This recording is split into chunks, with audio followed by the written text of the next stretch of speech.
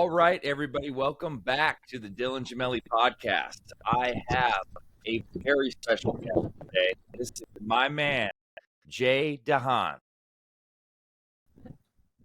Hello. Thank you for having me, brother. Awesome, man. Okay, so guys, Jay is extremely successful, somebody that you're definitely going to want to listen to and learn about a lot about. So, very successful entrepreneur. Jay owns Next Gen Wealthy as well as the Lion's Den. So, I'm going to have Jay kind of explain what these are. And I want to start though, because every entrepreneur, everybody that's successful has some kind of story, right? And some people have a more intriguing story than others. But one thing I think that you and I and anybody out there that's been an entrepreneur knows is that you got to take a lot of swings. There's going to be a lot of misses. You got to have a lot of failures to have any type of success.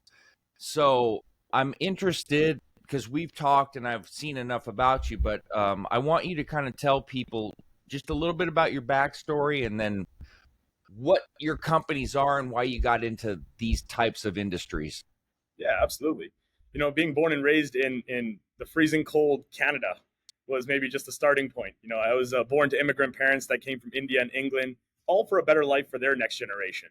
And that really, allowed me to be born in Canada and start to understand the Western culture and really be able to get through that. And what happened really at an early age was being able to get money in hand. My dad went from a taxi driver and worked his way up to owning a business himself. So entrepreneurship was always in the blood from an early age. And I was able to, get money in my hands and get going. But then I also made a lot of bad decisions in those high school years. I didn't really think school was for me. So I was, hanging out with the kids outside, skipping school, drinking, smoking, doing all that bullshit, and this is why I'm such an advocate towards teenagers now, because like they just need leadership. And at that time I didn't have leadership. So I ended up getting myself stuck behind bars and doing really, really bad things. And it was a turning point that I heard my dad say to me. He said, well, I've worked as hard as I can to give you what I got, and you can either piss it away or you can do something with it.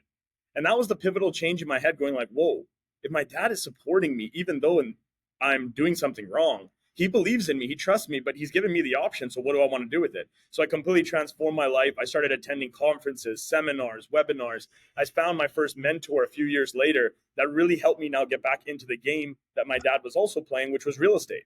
So I got into that game. I turned my dad's 6-figure residential portfolio into a 7-figure commercial portfolio and started writing $1 million deals within 7 years by the time I was 24. I love it. So from that, it was awesome, though, because success comes and success also goes very quickly. So making the money in real estate was awesome. But as a young person, that money also was still corrupting me because now I wanted everything. Now I want to buy a nightclub. I want to own a marketing agency. I want to do a vending machine company. And I started spending my money on all these different businesses. And most of them were all failures. All of them, but they were massive learning lessons, very expensive learning lessons, I will say. And then fast forward, that came to, Next Gen Wealthy, the birth of Next Gen Wealthy. And Next Gen Wealthy was really intended to inspire and empower the next generation to understand how to build true wealth and what abundance, freedom, and wealth really means. See, most people associate wealth with money, but wealth in my eyes is relationships, love, respect, loyalty, things that money also can't buy. And money, yes, is a component. So Next Gen Wealthy became this education hub back home in Canada to educate people and young entrepreneurs to really get into the rights of communication, language, these kind of skill sets that are not taught in schools the same way.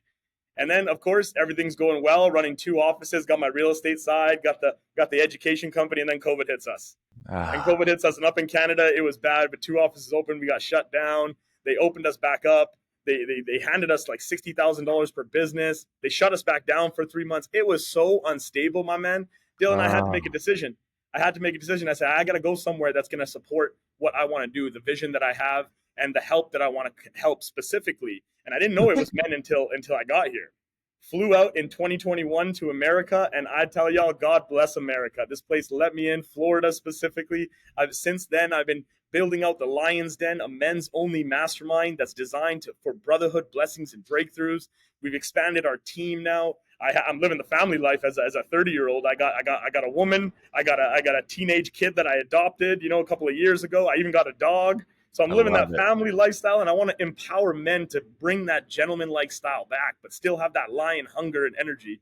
So that's why I'm here talking to lions like you to see what the next step is. I love it. I just, and it's you brought up COVID, and I've been there too, where we started a gym, and then right when we were about to open, it was like boom, it got shut down before we even started. So that was a really trying period. But that, like when you brought that up, that's what teaches you how to be successful. Those kind of incidents that come up and those problems. So, um, do you feel like things like that and trials and sort of tribulations are kind of what are shaping us to be successful, shaping young men? Like it's important for them to understand how to overcome these things. Are those things that you talk about and teach amongst your groups, the importance of that, and how it can be done, if you're just persistent and you know that you can? Absolutely, right? We listen to a lot of noise. There's a Yeah. lot of noise. Social media, the actual media, everyone's talking, everyone's giving their own things, whether it's a global pandemic, whether it's the market crashes. What it comes down to is having the consistency of knowing yourself. Yeah. And I always talk about this, especially into my men's group, is like the more that you get in tune with being whole and complete yourself, the more you stop blaming everything else. The Yeah. more you start taking ownership and control for your word and your actions. And that's the steps that it takes to be a real man. I was asked that question as well too. Jay, what does it take to be a real man? Since you do this Lions Den with all these men and everything, and I said it really takes, like, there's a lot of different things you can say about that, but the way that you really define what takes to be a man is a man that honors his word. It's just that simple. So when Yes. you honor your word, you start to bring these consistencies in place with all these external noises that are happening. You get clear with yourself. You keep making sure that your step is planted before you take the next step, and the world opens up to you. That's awesome. And that's a big thing is word and trust. It's like an old school value. Um, I know you're still on the younger side, but you have an older soul, I think, in terms of your acumen and your practices and your beliefs. And I'm a lot more old school. And the art of the handshake and the art of the word and the trust is very rare anymore. And when I was growing up, a lot of things operated that way, and it just, I think that what shapes a man, like you said, in terms of like the wealth, it's much more than money. It's a variety of things, but your word should be like your bond. It should kind of decipher who you are. And I think teaching that to the younger generation and younger people is a big thing, and I love that you brought that up. Because I really want to get into the Lions Den, but I want to talk about Next Gen Wealthy first, because that is kind of what you're known for. What brought that idea to you, and how did you build that into such a successful entity that it's become? Absolutely. It started off with being a part of network marketing companies at the early stage. But what I Right. said was, I'm not going to be a part of one network marketing company. I'm going to be a part of five. So I chose five different industries, and I said I'm going to put them all together in one name brand. And I didn't know it was going to be called Next Gen Wealthy. And I said I'll be able to help people with their finances. I'll be able to help with their health. I'll be able to help and become this ultimate consultant. That was my vision. I Many love it. years back. I And love it. after understanding that the network marketing companies were awesome and it was great, but it wasn't my own thing still. It wasn't my own consulting agency. Then I moved from that to saying, look, I'm going to make it a consulting agency because I want to help businesses. I've Right. seen things at such an early age because I've had access to money and been able to make money and spend money in the wrong directions in business. And it's taught me how to learn from my professionals, hire the lawyers, hire the accountants, hire the engineers, and get certain things done. So what that really led me to be doing is taking that knowledge now and applying it in today's day. And with the consulting company, it was now consulting is awesome because you can improve a business. My ultimate dream was public speaking. So I thought to Really? myself, coming out here and seeing all these coaches and seeing all these speakers and seeing, guys like Tony Robbins and John Maxwell getting paid hundreds of thousands of dollars for like 60 minutes of their time, I was like, public speaking is something we got to master. So it Yeah. became a coaching and education business, and we really refined our content and our curriculum to teaching people exactly what you said, connecting with anyone, anywhere, anytime, being able to Yeah. shake a hand, learning, not just, I see conferences all the time. It drives me nuts. People walk up to each other. Hey, man, what do you do? Hey, what do you do? Hey, what do you do? It's like, don't worry about what I do yet. Ask me who I am. Like, get Yes. my name first. So I'm teaching people how to get back to just the origin, back to your traditional side that you said of shaking a hand, knowing how to, introduce yourself the right way, building rapport within that relationship, and then following up. Because that one person you're sitting next to, that one person you may shake a hand with could change the trajectory of your life. I totally agree. That interpersonal communication, and there's so many. I think a lot of it is the reliance on social media, the reliance on texting, the reliance on, technology as opposed to real communication. I mean, you go buy a house or a car now, you're not even going in there or talking to anybody. It's all by text.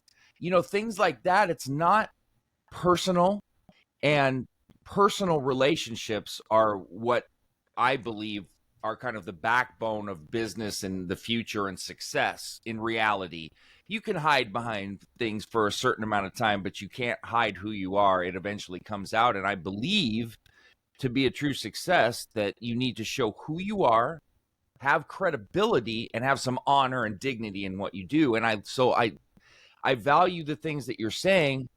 And as I've gotten a little bit older, because I always try to stay extremely cool on how I come across, because I've got stepkids, and I always say I wish I was 24 again, so I knew everything, right? But let me ask you, because you are not on the like so young side, but you are younger, yet you still command respect, and you have a knowledge base that is impressive to me, because a lot of people your age really don't.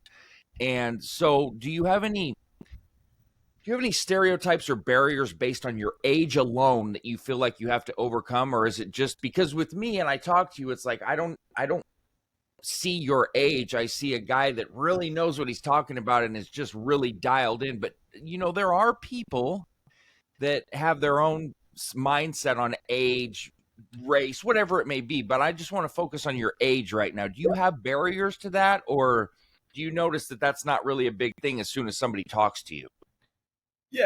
Age is interesting because even how I mentor my 18-year-old now, it's interesting because, people do look at him a lot older now, and it's really, age doesn't matter, that classic cliche, but it does in a sense. The Mm-hmm. biggest barrier that I've had is there was a generation, that we call them Gen X. We say there was a Gen Y as well too. It was people born from 1984 to 1996. Okay. In that era there was interesting, and they got rid of us now. They, of course, they abolished us. Makes sense. Call it the grid, call it the matrix, call it whatever you want, but they got us into the millennials now, and they split us up. But Gen Y was such a powerful generation because my generation, I'm in 93, and that generation era there was interesting because we still were born on the traditional foundation. Mm-hmm. Even me, a little bit more with the culture aspect of the Indian culture, but we were still born on traditional. We didn't have cell phones till we probably were in about high school. Yeah. So we still got to live our earlier years, our 10 to 15 years, without technology in our hands. That was important. The other key importance is when I would want to go play outside, I would have to go up to my mom and I'd say, Mom, can I go play outside? And she'd be like, okay, yeah, you can go up for a couple hours. And I would run over to Timmy's house and I would knock on Timmy's door, and Timmy's mom would answer, and I would have to have the courage and confidence to look at her and be like, hey, Timmy's mom, can Timmy come out to play? And then she'd be like, oh, Timmy. And then we'd go out to play. And then our moms would be calling us, guys, come in, dinner time, dinner time. We're like, 10 more minutes, 10 more minutes. That does not happen anymore, and it will never happen anymore. It'll be like text and a tweet, and Mom, I'm outside, I'm going with my friends, leave me alone, this. And what has happened here is that's why this very integral generation, the Generation Y, is the next new leaders now to help empower the young ones.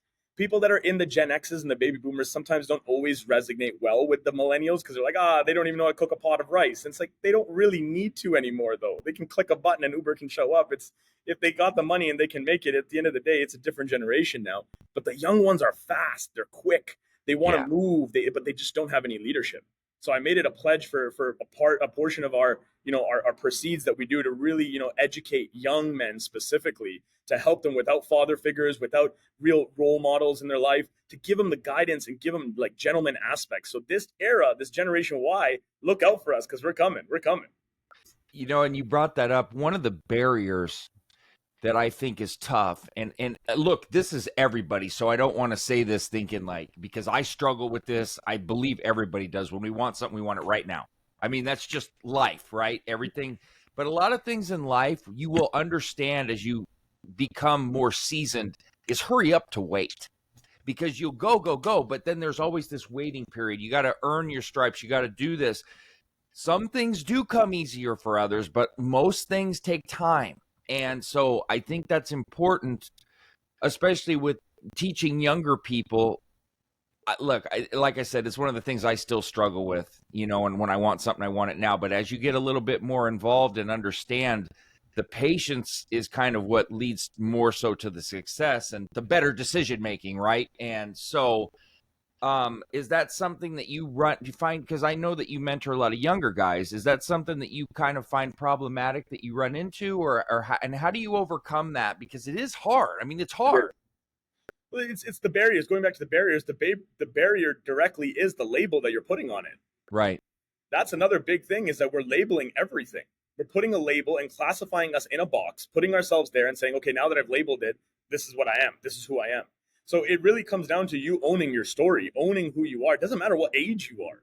Right. You can be 18 years old. You still have a story. You still got there 18 for a reason. Like, you're having this conversation. That's what I told my young guy.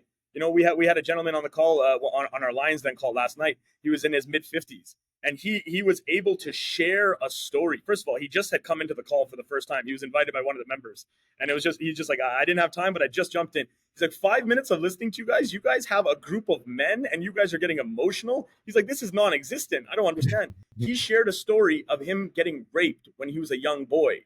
Wow. 5 minutes he was on that conversation. He felt compelled enough to open up, and he's like, I've never shared this besides my best friend before, and now I'm sharing it to a group of random stranger men that but I just felt the energy. And it's like, that is owning your story.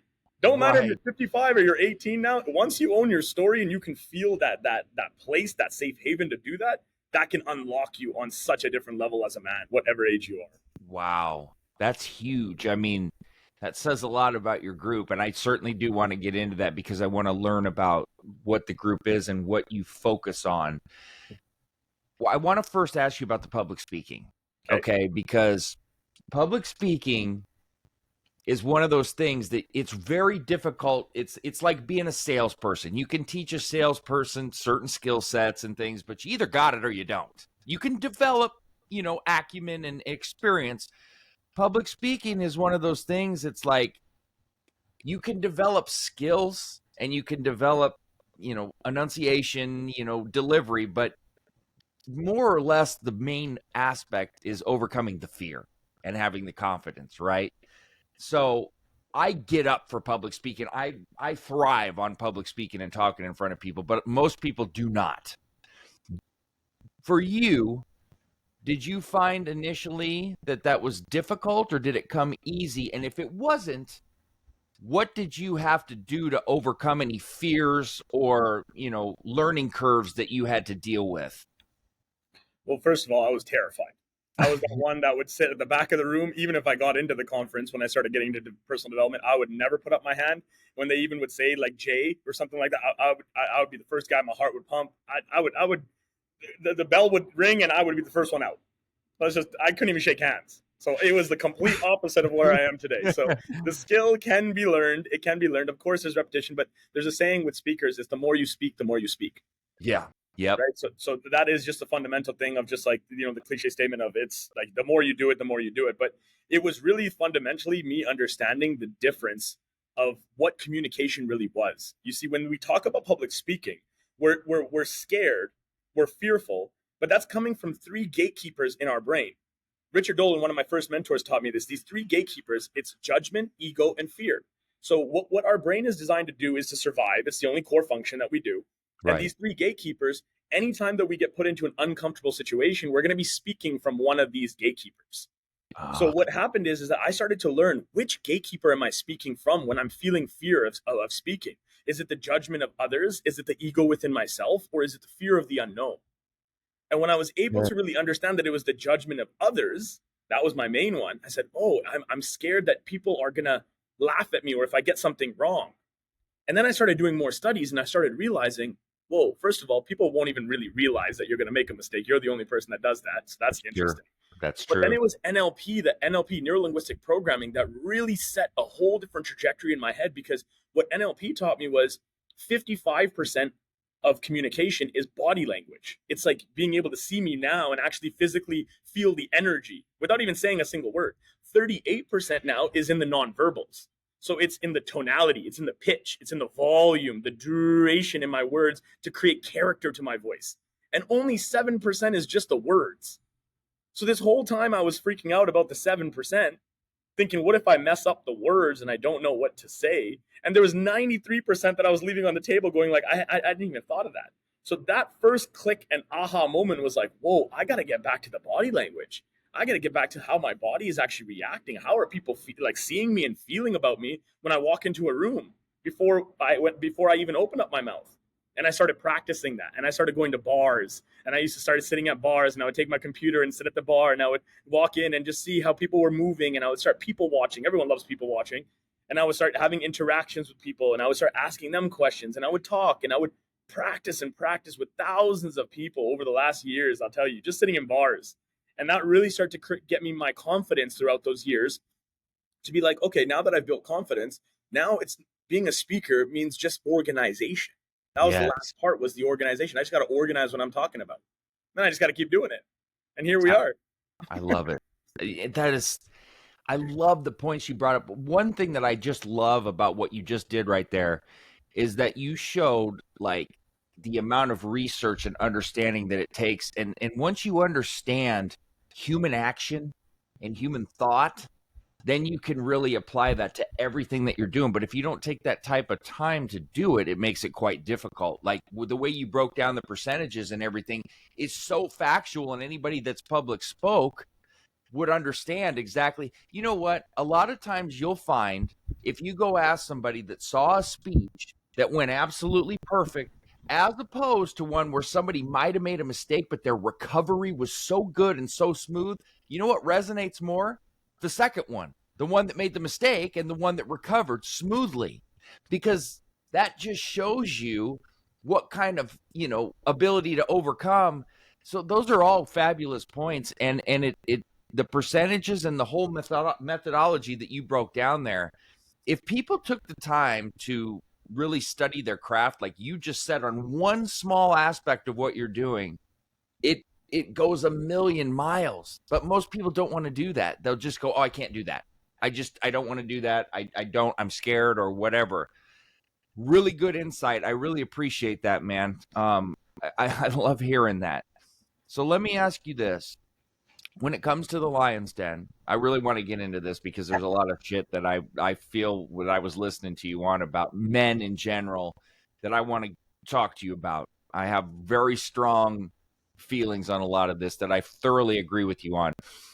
First and foremost, just tell everybody what exactly the entire concept of the Lion's Den is and why it's so important to you. Lions Den is a mastermind for men. It is the fastest growing mastermind for men. We focus on 3 core words: brotherhood, blessings, and breakthroughs. I love it. Brotherhood between men. The only time you look down at a man is when you're picking him back up. The blessings from above or within, but always understanding gratitude is the counteract to any negative emotion. And then the breakthroughs. Maybe something I say, maybe something another lion says. But when we come into this mastermind, we do weekly calls, we do a monthly workshop, we do our annual retreats, and we're bringing men from all over the world together to be in a safe place, to emotionalize, to communicate, to learn how to take it to the next step for themselves as the internal mind that they have. Of course, there's scaling business and there's scaling personal relationships that is a byproduct of it, but it's really just giving that place because of the attack on a man right now, and men in general right now in this society that we live in, is bringing that back, bringing the masculinity back, I should say, but with respect, as a gentleman. Okay. And that's where I was going with this, and that's what I want to start getting into. Because there's several things I want to talk to you about this. But first, I want to talk to you about the attack on the masculinity, because I have a major, major, major issue with that. And I'm sure you can see it in my face when you start talking about it. Start with this and tell me, what do you think caused this attack on masculinity? What do you think the actual root cause and desire is to do this attack? Like, what do you think is behind it? And it's not, we're basing this on facts, not a conspiracy thought here, just so everybody that's watching, we're men that experience this daily. We see it for what it truly is, not just we're out in the trenches every single day. So I want to know what your thoughts are on it, because I have a feeling we're going to thoroughly agree on this, but I'm very curious as to what you think and what you've experienced. Depends on how in depth we want to get, but really, we want to go. You go. All right. I'm going to start it off with equality. The concept of equality was the complete opposite of what the word was designed for. Yeah. This with men, with women, with color, with race, with all of it. It was the more equality we were chasing, the further we were getting away from it, because all we were doing is segregating us even more. It wasn't women empowerment. It wasn't women being better than men or not needing men anymore. It was just like there's one race. It's called the human race. Yes. We're all people. Okay, Yes. man, woman doesn't really color doesn't really matter. Like let's see the bigger picture. That's what equality was supposed to be. But what happened was the women empowerment movement went up, the color movement went out, and it's interesting that both of them say, even the LGBTQ community, they also segregated themselves. You have all of this, and then the men were just kind of like, well, we've never really had to deal with anything, but we were born in an era where they said, be a man, rub some dirt in it. So we didn't really emotionalize for the last 50, 100 years. And now they're saying you can be a woman. So we're like sitting in the middle, confused, going like, okay, well, I just want to keep the momentum going here. Right. What's interesting about that now is the white man is being attacked more than even the colored man. Isn't that crazy? The white wild. man is the most attacked person right now because, first of all, they don't want strong men. They don't need strong, powerful men. And that's where I'll go on to that topic of the political side. Yeah. But internally, it was ourselves as humans that tried to create something that shouldn't have been gone in that direction for equality. There's no thought pattern around that besides just knowing that we are all equal, not segregating us. Right. See, and that's the thing. It's like this want and desire to turn everybody against everybody. And they've been doing a very good job of it. I don't know the actual deep motive of it, but it's clear there's some sort of motive there. I'm not going to get into all that because we don't know the actual reason for that. Call it the grid. We call it the grid. Exactly. Whatever you want to call it. 100%. And that's true. But we do know, because we see it daily, there is a major attack on men. There is a major attack on masculinity, and there is a desire to put this out there and make it demonized that a man actually being what a man should be is a bad thing. And like you said, the white man, for whatever reason, is public enemy number one, their main target. And I don't understand the whole concept behind that either. And you know what? I will fill in a little bit on that. I'm going to have to still, not be what do they call devil's advocate, but on the other side, men did a fucked up job too. We didn't take ourselves to the holy promised land either. No. We have wasted so much potential not being deadbeat fathers. We have wasted so much potential being alcoholics. Yep. We've never really been there. We've never honored our word. There's so many examples of bad men in the world. So where they're getting it from, yeah, fair enough. They got evidence. The difference now is your intention now to help correct it, or is it to abolish and get rid of it? That is the key right there. That's very true. And I always tell people, look at both sides of the story, consider what your action is, how it makes somebody else feel, and what's going to reciprocate from that. So I totally agree with that. The problem is for transgressions that are not on somebody that you pay for, or past transgressions that you may have fixed, etc., those are not supposed to be held against people. This is supposed to be especially a society that's more forgiving, right, than it ever has been, except when it doesn't apply to what the narrative is, correct? So that's one of the major problems that I have with it. Now, there is such a thing, I do believe, as toxic masculinity, where abusiveness or this desire to be in control all the time and power, but there's a good kind of masculinity that I think should exist and needs to exist. The one where you're taking care of your family, you're making sure that everybody's okay, and it's not a power trip. That's what a man's supposed to do. Be responsible, be accountable, admit when you're wrong, and then fix it for everybody. Those types of things, that's what makes a man a man. Right. But stripping a man of what, their strength and the good strength, right? And women have strengths and men have strengths. Men just happen to have some more physical strength, right? But the important thing is a balance of what you have. I mean, any good basketball team, everybody knows their role, right? There's a guy that's a big-time defender. There's a guy that scores a lot. There's a guy that does this. There's just like a band. And I think but there's always a leader, right? There's always a leader amongst them. I'll give a good example of this. Look at the oldest game that we play, chess. Yes. When you look at the game of chess, this is interesting because, when I was first getting with my girlfriend now, and my soon to be wifey, I call her my executive wifey. You know, it was awesome because at the beginning of our relationship, I sat her down and I said, babe, we need to have one discussion. I want to know what your thoughts are on this. I said, we have to treat our relationship like the game of chess. She goes, okay, I'm interested. And I said, there's two main rules to the game of chess. If we can understand these two rules, these core principle rules, and we apply that to a relationship, we'll have a very successful relationship. The Yeah. first rule is when the king dies, the game is over. Okay? And she Good looks at me, she's point. like, okay, what's the second one? Like, where are you going with this, Jay? And I was like, the second rule is the queen is the most powerful piece on the board. Very true. Good And I said, point. and then I ended it with this. I said, so if you can understand that when the king dies, game is over, but you are the most powerful piece on the board, your job is to take care of me. My job is to take care of us and the troops and manning the army to make sure we can go and to win the game. That's how we build an empire. That is a really, really, really strong thought and so valid. I'm going to use that at certain points, if you don't mind giving credit to you. And that brings me to something else that I'm very religious, and I'm not going to get into all of that. But one of the things that I've had a large focus on now is knowledge and wisdom, and what's the difference.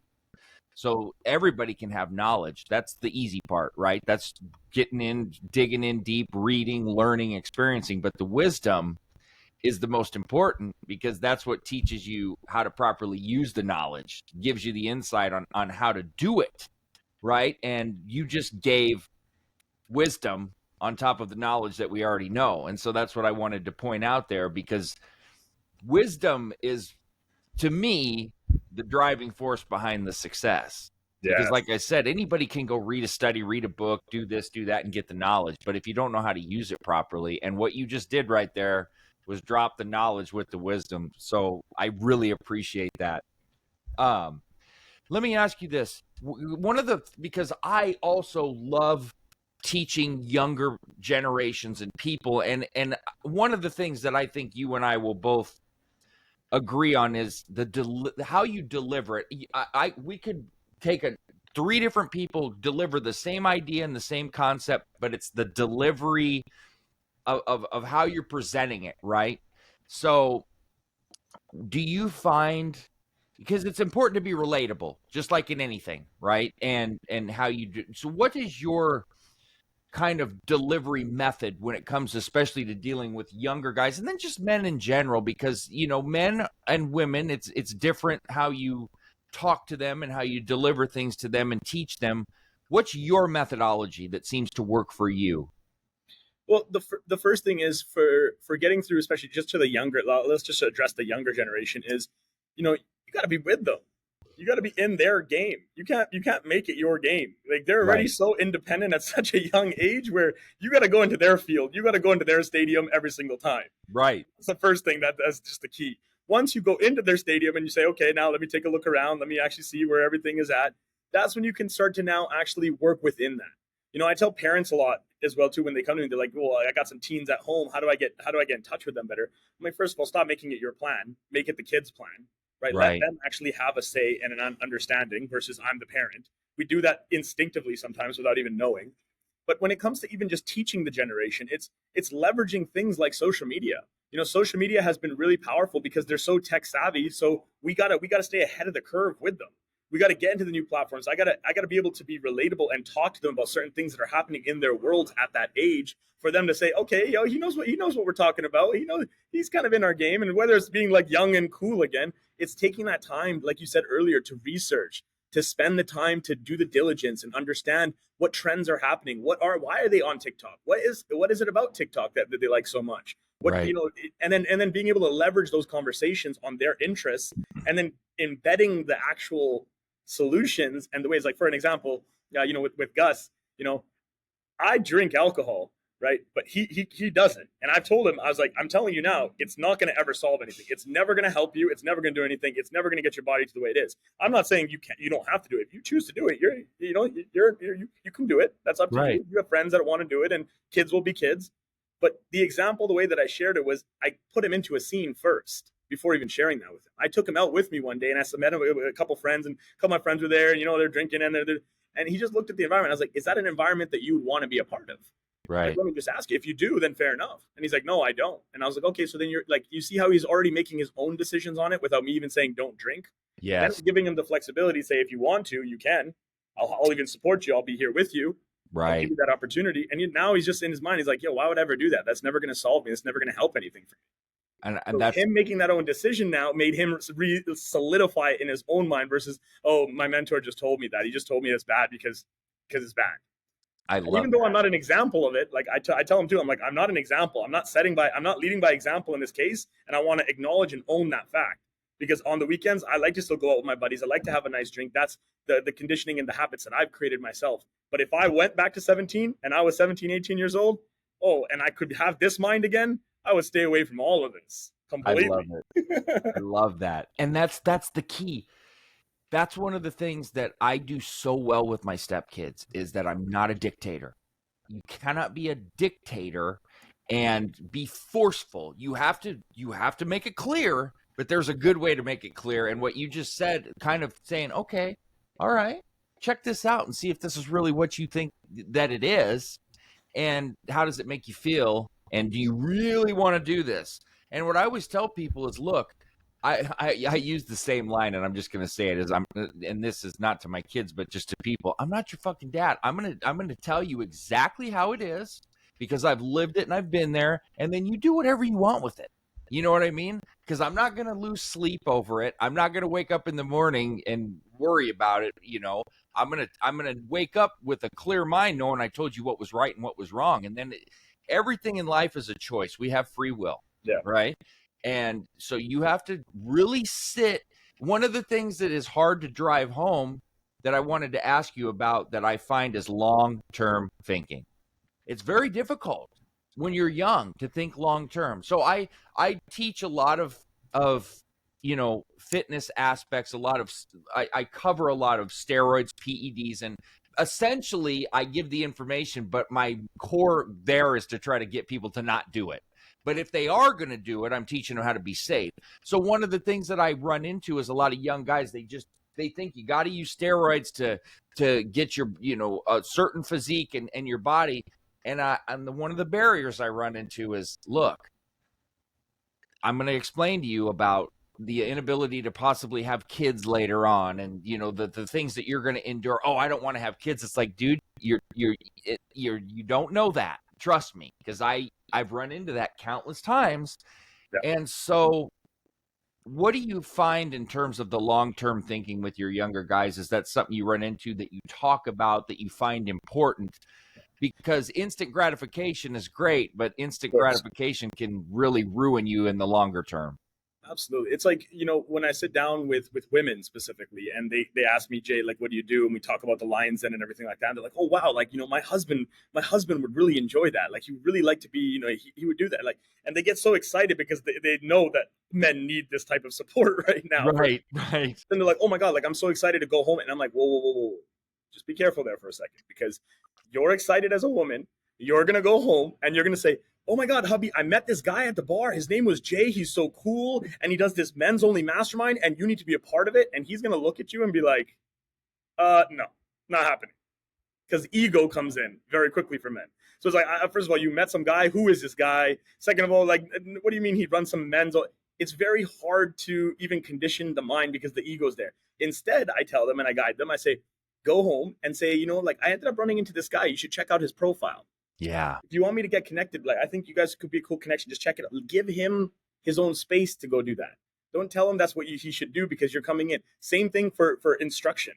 We so point blank tell somebody, like, you can, like, even that example that you said, like, do you know, like, you won't be able to possibly have kids? And he's like, well, I don't want kids. Now, yes, it's long-term thinking to get that, but in his moment, he's not thinking that. So the only way he has to understand that is what's going to be relatable to him in that moment to show him. And that's going to be more fact-finding and understanding what is it really that's important. So if it's important that he wants his body bigger or he wants it a certain size and shape, what's it going to do to him if he doesn't get that? And then being able to ask the what's and the hows, never the whys. I noticed with why questions, it gets people into stories. Yeah. But with what's and hows, you get them pinpointed. So I would go more in depth in figuring out, like, okay, so, like, what about steroids, intrigues you? And okay, so okay, and how would that make you feel? Yeah, like I'd be way bigger, I'd be like this size and like that. Okay, so and what would that do for you? It's like, and then be like, you know what? I used to know a guy actually, he did a little bit too much. He did a little bit too much, and his arms, he couldn't move his arms. So yeah, Yeah. he was big, but he literally couldn't even eat. And then you kind of make a funny joke, and then in his mind, he's thinking like, well, dude, I don't want to be that big. Like I don't, and then whatever his mind may condition into, depending on the way that you fact find in that question, and get to really understand his deep core meaning behind why he even said that he thinks that it's a viable option. Because there's more of a thought that it stemmed from going, okay, I want to get bigger because I want to be healthier. What can solve it? How can I kind of cheat it? How can I get quicker results, faster results? There's so many thoughts that have gone through his mind in order to get to that position of saying, yeah, that's what I want to do. So you decoding that now, embedding some examples like that, letting him go onto his own head going, do I really want to do it to the extent that I'm doing it to? And it'll be his own decision to make, and boom. That's really good. And so most people immediately go to the why. They do. It's natural. So what you just said there, I'm sitting here going, holy shit, like a light bulb just went off, because even I, as much as I teach, because I teach 7 days a week, all day long, all throughout the night. And look, I'm human. I get impatient, and I do that. Like, why would you ever want to do that to yourself? You start breaking it down and doing what you just did, which requires patience and requires intelligence, like a certain methodology. That makes you think without feeling like somebody is really coming over the top of you and ordering you. I love that. I really do. That is really good, and that is why you're so good at what you do. And that's why I'm loving this so much. That's really good. Do you ever find, well, I got two questions for you. Do you find one certain thing, or is it just a variety of things that you kind of have to overcome in terms of when it comes to maybe some pushback that you get from people that you're teaching? Because ultimately there's going to be some sort of resistance, whether it's fierce or whether it's more modest, that you kind of have to dig in. Are there certain things that you run into that you find that are more problematic, or something that you have to overcome as a teacher? Are there certain things that go Yeah. on? Well, of course, like the hate's coming in, right? Like the hate comments, social status, and all that stuff. Last week, our Instagram got shut down, so now the trolls are after us, shutting down our pages and sending bots onto our accounts to flag all of our posts. And like all this resistance is going to come. It's all going to Right. come for sure. The more Right. that you start stepping, I have a saying. It's you're doing great. Hold on. Haters are going to hate when you know you're doing great. Yes. And I heard that once, and I was like, okay, that's awesome. And like the resistance, the pushback, there's certain aspects, but again, I discard most of that, because it all comes down to, again, that judgment, ego, fear. The judgment is like, okay, what do people think? I really don't care. The ego is like, yeah, do they know who I am? Who do they think that they're talking shit about me? You know what I've been through? I've been there. Fear, Yep. and the fear is just like, well, what's going to happen next? Am I going to crumble? Am I going to fall? Are they going to crash the brand? Like all of those, again, keepers are going to condition me to just survival. And I don't want to survive. I want to thrive. Yeah. So I have to keep myself in check with those keepers every single time something comes up, whether it's a hate comment, whether it's somebody shutting us down, whether it's, the resistance of even just, meeting people that are just like, heavy into the feminist side. And I'm like, oh, look, I'm not trying to have a debate with you either. Right. I'm not saying that we're better or anything. I'm just saying that men need help, and I'm going to step up and I'm going to help them. God has given me a sign and a message, and I've accepted it to go out there and help men now regain their power, uncage their roar as the lions that they are, so that they can build themselves to the kings that they deserve to be.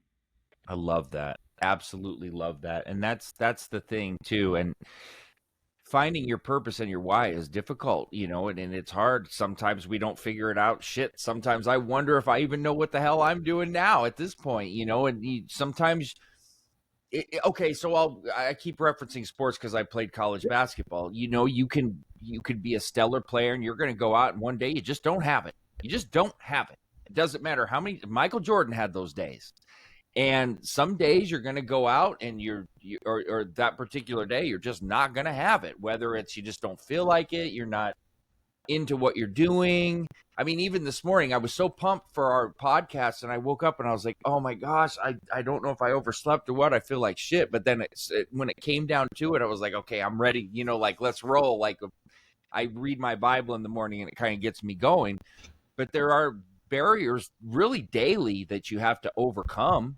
I mean, realistically, there's something. No, I think that it's important to understand that no day is ever going to be perfect. There's always going to be something that comes up that doesn't work or go your way, and how you handle it mentally and sometimes even physically. Like for me, I'm dealing with a lot of different aches and pains the older I get, especially as I'm, you just over time, the abuse that goes into it. But I think that stressing the ability and understanding that overcoming stuff daily is a common occurrence, and not letting it really bother you and taking it as a, well, because I'm a very, and this is what I wanted to ask you. I am one of those people. I eat the same thing at the same time every day. I'm a 10-mile a day runner. I am so regimented. God bless my wife that she has had to deal with me. Do you feel like, but I have the capability if something happens, but do you stress structure and regiment, or do you feel that that's unnecessary? And what is your stance on that? And because I feel when you do that, you're showing that you can kind of be set in a way, but also be able to bend when you need to and not break. But it's good to have that structure there so that you're kind of more accountable and ready Dylan, to go. it is critical. It is critical to have structure. Mm-hmm. Your morning routine, we all have the same 24 hours, 1,440 minutes, and 86,400 seconds in a day. If we do not learn how to measure that, we're already 10 steps behind. People will come to me and they say, Jay, I'm so busy. I'm so busy. The word busy, I love the word busy. I say, show me your calendar. Right. Let's see it. And well, I didn't fill it in fully today. I didn't put everything in. I had a couple other things that so you don't know. If you're not measuring every single second, you're not doing right. Morning routine is where I'm in. Like, I love routines, of course, in general. Like, sometimes my days get a little crazy for my food and everything like that. Of course. So I have like certain little pockets, but my morning routine is stellar. My alarm clock goes off at 3:55 every single morning, but what time do I wake up? 3:54 to ensure that I can make it, and it's subconscious now. Right. So as soon as it goes 3:55, I knock it off. Like, it's just my challenge, because what I'm also doing in that morning routine is, yes, there's certain things like my prayers, there's certain things like my meditation, there's certain things like reading, my personal routine, walking the dog, certain aspects like that, of course. But what's so important about the morning routine is the little wins that you can get, the wins inside your home. Like, I told the guys the other day on the call, I was like, yo, brush your teeth with your other hand. Like, just try it and make it a challenge. But then after you accomplish it, you're like, damn, that's a win. Make your bed, another win.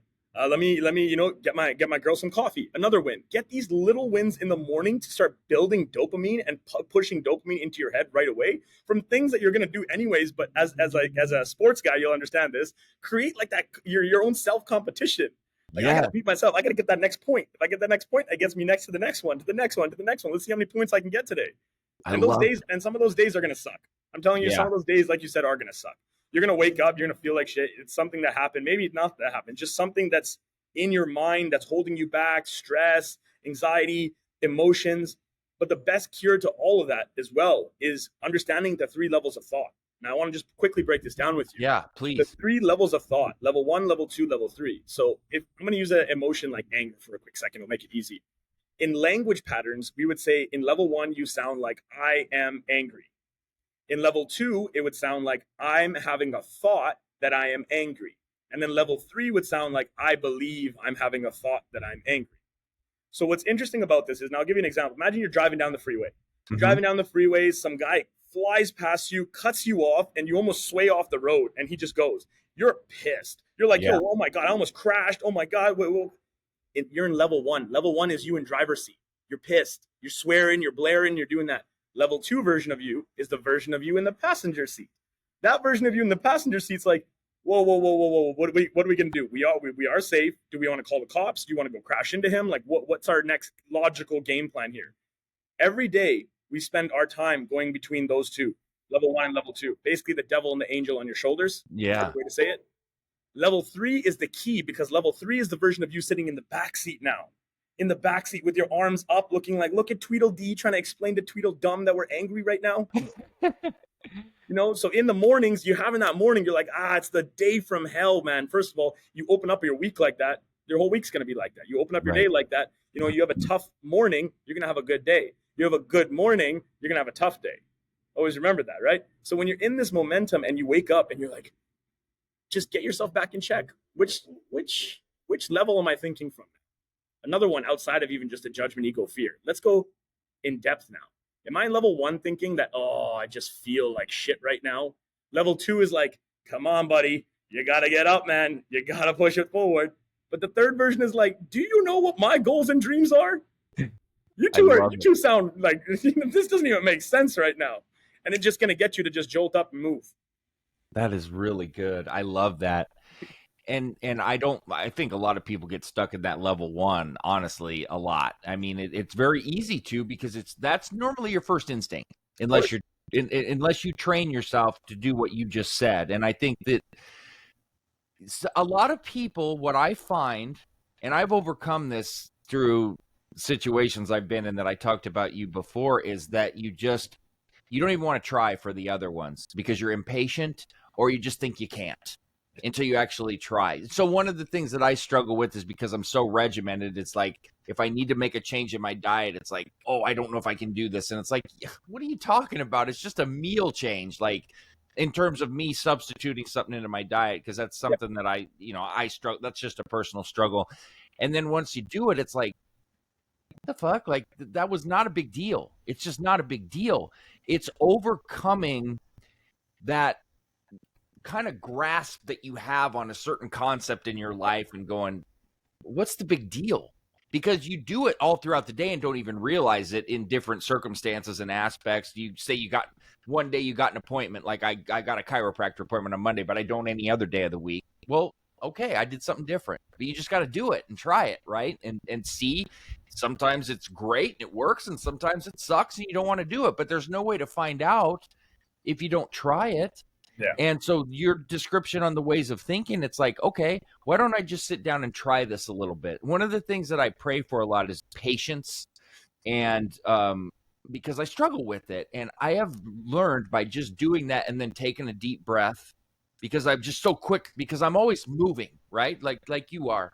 And I'll get frustrated when when I feel like they're slower or they're not getting it or something. And then I started, you know what resonated with me? My stepson was going through, because he does all my video editing, and the way he was showing me how to set my microphone up, and his patience and his and I told my wife, I said, man, I suck. Like, I have to work on this. Like, watching him do it, it made me feel terrible, and I think that the overcoming the resistance to change is kind of something that people need to work on. Do you find that to be something that you teach and that is a barrier?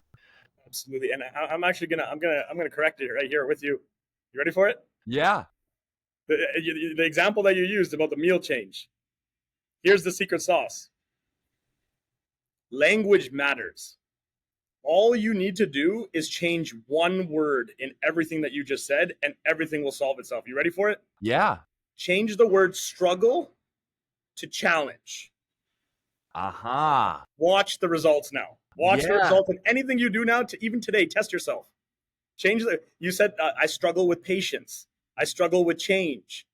Changing your meal because of the way that you've conditioned yourself is routine and repetition. You've built a certain amount of discipline and a certain amount of honor within that. So changing that is almost like, well, I built this so strong over here.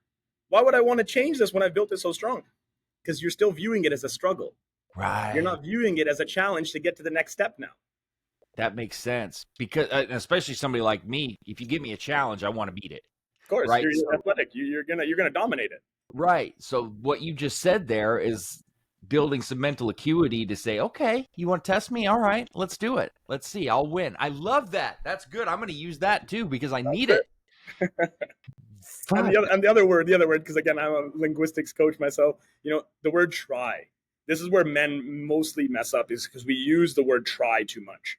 Try, by definition, is a word when you say, I'm going to try. It's like, I'm going to try to hit the gym tomorrow. Oh, Dylan, you need help moving your couch on the weekend? Yeah, I'll try to be there for like 10 o'clock. What am I already subconsciously doing to myself? You're not going to do it. Try. I'm setting myself, instead of just being like, I'm going to do this. I'm going to be there. I'll do it. Let's go. Let's take on the challenge. Let's overcome the challenge now. Let's keep pushing. Let's keep pushing. That's a good point. And you know that you say that when I say, okay, I'll try, I'd probably say 85 to 90% of the time, I know my intention is to not do it. Yeah. You know, like that's a good one. And it's catching yourself, man. We all make the mistakes. I do it all the time, you know? Yeah. The more that you start to practice, the more that you start to catch yourself and then get your brain on autopilot to understanding the levels of thought, which keeper you're coming from.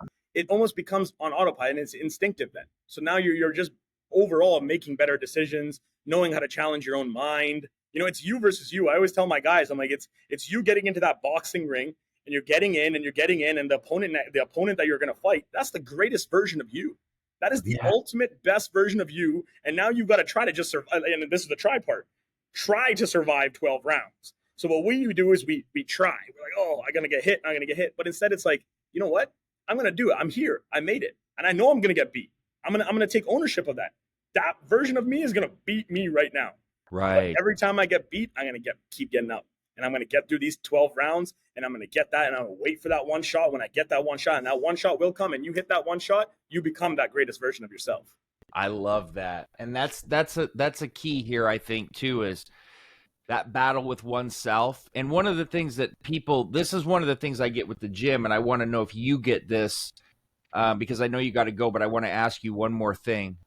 So one of the things that I battle with people that I struggle with is that, I need somebody there to motivate me. I need this. I need that. For me, self-intrinsic motivation is all you need. So if it comes from within, that is all you need. You don't need somebody. I don't need anybody to motivate me to do something that I want. This is what I tell people. If you really want something, if you really truly want it, nobody needs to tell you what to do, that you need to do this or that. You just figure shit out and you go do it because you want it. And that comes from within. So I'll tell you real quickly so you can understand one of my obsessions with my body in general. I took a trip to South Beach when I was 22 years old. And I thought I was such hot shit here, like, you know, in high school, athlete, girls, whatever I wanted. I went to South Beach. I got down to the beach and started walking, and I'm looking around and going, I am the most average, weak, like, motherfucker out here. What am I going to do about this? And as soon as I got home, I cut like 15 pounds and I was so religious and dedicated, and I never needed one other piece of motivation. And that was 20 years ago, and I'm still there.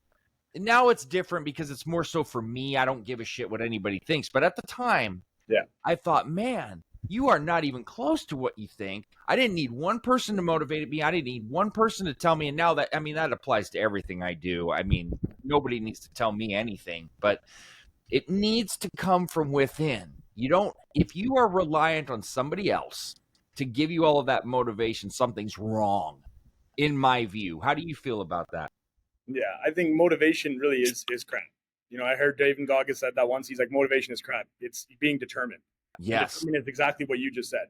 There you go. Determined is like you're doing it on your own willingness. And when people come to me and they say, yo, Jay, like, how do I find my purpose? How do I find my why? How do I get motivated, so to speak, towards doing what I need to do? I say simply, like, have you sat back and actually asked yourself, what is the ideal lifestyle that I want to live? I'll go through this exercise with people where I'll get them to visualize when you wake up in the morning, you open up your eyes. Who are you laying next to? What does she look like? You go to the windows, you open them doors. What are you looking at? Is it a beach? Is it a cityscape? You go downstairs. Is your spouse making breakfast? Are you the one doing it? Is there cats and dogs playing? Is little rugrats, crawling around? You go upstairs, you get ready. What do you put on? Are you putting on a suit? You're putting on some slacks? You go to your garage. Is it a car? Is it an SUV? Is it a Honda Civic or a Lamborghini? You go to your day-to-day now. You got 8 hours to go do something, right? Where are you going? Right. Are you going to real estate projects, to the office? You finish up your day. Are you going to go meet up wifey for date night or see the boys for beer night? You come back home, you settle down, you put the kids to bed, whatever it is. You get back in your bed, you shut your eyes, you say, today was a great day and tomorrow's going to be even better. And like starting that alone will start inside of that. The more you decode that and figuring out, remember how I said the what's in the house? Like, well, what kind of woman would I like? And how would she look? And then we start to get more pinpointed now on like the actual lifestyle that you want to live, which then reverse engineers to going, in the morning. Why do I wake up at 4:54? Why do I wake up? Because I know the lifestyle that I want to live. That's Right. bigger than even saying that I'm going to get a car or I'm going to get a house, because I've even used those references. But I'm going to the internal feeling and belief of what is that like? What is that most thrilling experience lifestyle that I want to be living and getting to that chapter completion. And from there, I can reverse engineer that to now knowing today I have to do this in order to get to tomorrow, to get to the next day. I heard Will Smith say this, but a lot of people have said it. You can try to build the greatest wall of China in 24 hours, or each day you can just lay one brick and over Yeah. time see how big that wall becomes. And I that's what love we need to do every single day, each and every single day, as men, as people, and coming together to really, own in on who we are as people and how we collaborate. And, this is why I appreciate you so much for having this podcast and bringing me on here and being able to just share more voices, share more stories, uncage more roars. So Yes, respect and love, my man. absolutely, man. I appreciate this. I appreciate it for my audience and the ability to put you out there, but I appreciate it on a personal level too, because I gained a lot from this, truly. And I don't say that lightly, because I'm tougher to give credit, because I don't want credit unless it's extremely well deserved. But I did, and that's why I like to talk to people like yourself and listen and really take things in. I think one of the things that I'll leave you with, that I kind of stand by, is you can never know too much, but you can always know too little. And that is why I am so, when I pray, one of the main things I pray for daily is more wisdom and knowledge, right? And that's more like Bible related, but it also translates to overall human life and things like this. That gives wisdom and knowledge. And take it however you want, everybody out there, but it's a blessing to have somebody like Jay on here to be able to learn from and to just go back and forth with. And so hopefully we can do this again sometime, brother. It was absolutely awesome. Why don't you tell everybody, and I will put every possible thing in the description for you so that people can follow you, but tell people the main places that you are on social media, your websites, and where they can follow you and check you out. Absolutely. First and foremost, I want to give all your audience, a free episode on the Lions Den. It is a paid community right now, but anybody that comes in from your link, just go to lionsdencommunity.com. And I would love for you guys to just come on as a guest and be able to, if you've liked what you heard, Dylan's definitely going to be on. We're gonna definitely collaborate and move forward on this one. And Yeah. feel free to come in there, and I'll make sure that you guys get a pass in. So that'll be the best place. And of course, I'm on all social medias, guys, at Jay Dahan. Instagram, YouTube, everything. More awareness, more people coming together, more relationships like Dylan and I have really just shown you guys here on the episode of collaboration is the new currency. So get out there, start shaking some hands, start getting to know people, get that traditional energy back. And it's time to uncage our roars as the lions that we are. I love it. I absolutely love it. Well, Jay, I know you're a busy man. I really appreciate the time. It was all my pleasure, and I'm sure the audience as well. So, that being said, stay tuned for plenty more to come. Dylan Gemelli and Jay Dahan signing off. Take care.